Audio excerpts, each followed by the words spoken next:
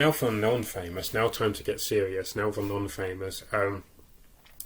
I've been speaking to my family a little bit, trying to improve relationships and things, and we all have our individual battles going on, so that stuff.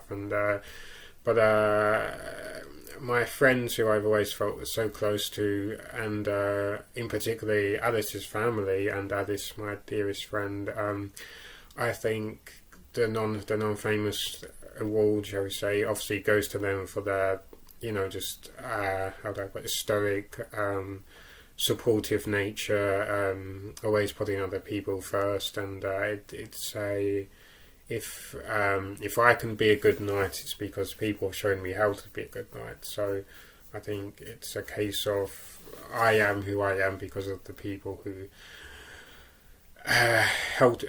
On the one hand, friends help you, or whoever it is you trust and love. They help you rebuild yourself. They don't take over your personality. They remind you. They help you stay true to yourself. So that, but on the other side, and it's not a contradiction. They also give you something new. They give you a foreign aspect, new thinking, new ideas. They grow you. If you've not changed after meeting someone, I think there's something very wrong going on there. If you've got to adapt, you become like them in different ways, and you sort of create a child. I always think of Slowpoke in Pokemon, because there's a Slowpoke, okay, and then there's, for anyone who is not aware, I know things have changed a little with Mega Evolutions and things, but in the old 1990s, you had Slowpoke evolves into Slowbro, but only when a Pokemon called Shelder clamps onto the tail of Slowpoke. But Shoulder can also evolve into Cloyster independently, but the Cloyster naturally adapts differently when, feeding on the actual tail or remnants of a Slowpoke, food, whatever, on Slowpoke's tail. And so the Shoulder that evolved into Cloyster independently is different naturally. So you're essentially creating a child when you speak to people, when you have that deep, profound respect and love. You're giving and taking without even realizing. You start mimicking their speech. You start thinking differently. You start syncing your thoughts, worrying about each other at the same time, and all sorts. You create a child. You're not the same person you were before. There's you give something and they give something, and in the middle is the you that you are when you're around them, and the they that they are when they are around you, and that creates a new identity between the two of you, and some of it's permanent even when you're not talking. Change. So my non-famous,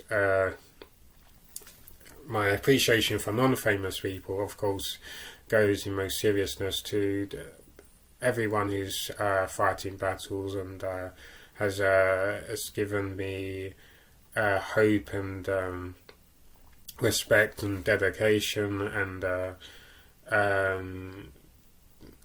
it's easy to feel one was always such a good person, even when you're so humble and you have lived a good life. You're not a evil dictator or abusive, whatever. But it's also easy to look back and think, gosh, I feel like who I was 5 years ago, 10 years ago was such a hollow, simpler person, because you are acutely aware of how people change you, have helped you to grow your conviction, become even more steadfast. And so I have such unlimited thanks and gratitude. So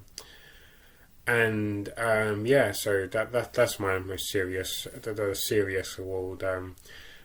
Because it would be remiss not to take this opportunity to say, and I know it's so difficult. You don't want to drain people. So you're afraid of talking to the very people you want to spend your whole life around and protect and whatnot. So we end up parting ways and not speaking to each other for months and years, and slip into severe depressive states and grieving, and it's so complicated. So it's difficult. You have to try and understand people not trying to neglect you or whatnot. I hate those phrases on Facebook when people always say, if people really cared for you, they'd make time for you. But time doesn't exist, firstly, and there's no universal thing where everybody's moving at the same sort of speed and so forth, because speed is a component of time, and there is no universal. Everyone's just getting out of bed and not being in pain takes some of us decades, and we're still struggling with that. Everyone is moving. Everyone has different reference points, different accumulated pain and ideas. It's not as simple as if you had a very black and white and simple life. Sure, if you were sitting around gaming non-stop and in a certain manner, and you'd be wondering why you're not reaching out to people when you've got complicated lives. It's sad, but you never want to say that. You never want to say, "Oh, my life's complicated, therefore that's the reason," because it's not the reason. Because you are trying to look after your friends and everything going on in your life. So it's a really extremely difficult balance. So I'm all too appreciative of other people not meaning to neglect. It's just so sad. It's reality that however much they, in fact, the more that they care, the harder it is for them to reach out. And so when people, on Facebook, people may laugh and think, "Oh, it's just digital graphics and whatnot." When people talk to me about anything, give virtual hugs, physical hugs, give phone calls, read me bedtime stories. It means so much. I know. Firstly, just the fact that they're giving time to me means so much. But I know they've got other things going on in their life, and I feel I'm unworthy of such. Just someone saying hello to me. So something I appreciate immensely, and I wanted to take this opportunity to say thank you to everyone who's provided comfort, and however silly it was in your mind, to me it was not silly. Just making tea, waving, smiling, just whatever, everything that helped me to continue to exist without exaggeration. It helped me pull back from the deepest depressions and severest psychological traumas, and as we all try to find our way forward for each of us in unique ways, such there aren't any words to describe that level, so to speak, describe that level of pain, psychological pain. There are no magic answers, nothing to light the way, but our comfort, our fellowship helps to light the way, and I'm really keen to keep building fellowships, but also rebuild past fellowships, and so that's something that I'm trying to focus on. But so thank you everyone for the part you played in making me a good knight, a good honourable person who, because like I say, people are humble, and I'm so familiar with that myself, so I can appreciate it. But from my perspective, I'm compelled to say what the great profound effect their positivity has, especially when they're not trying. Just the fact that they care for you and genuinely love you in their own unique ways. They each are given a unique imprint, and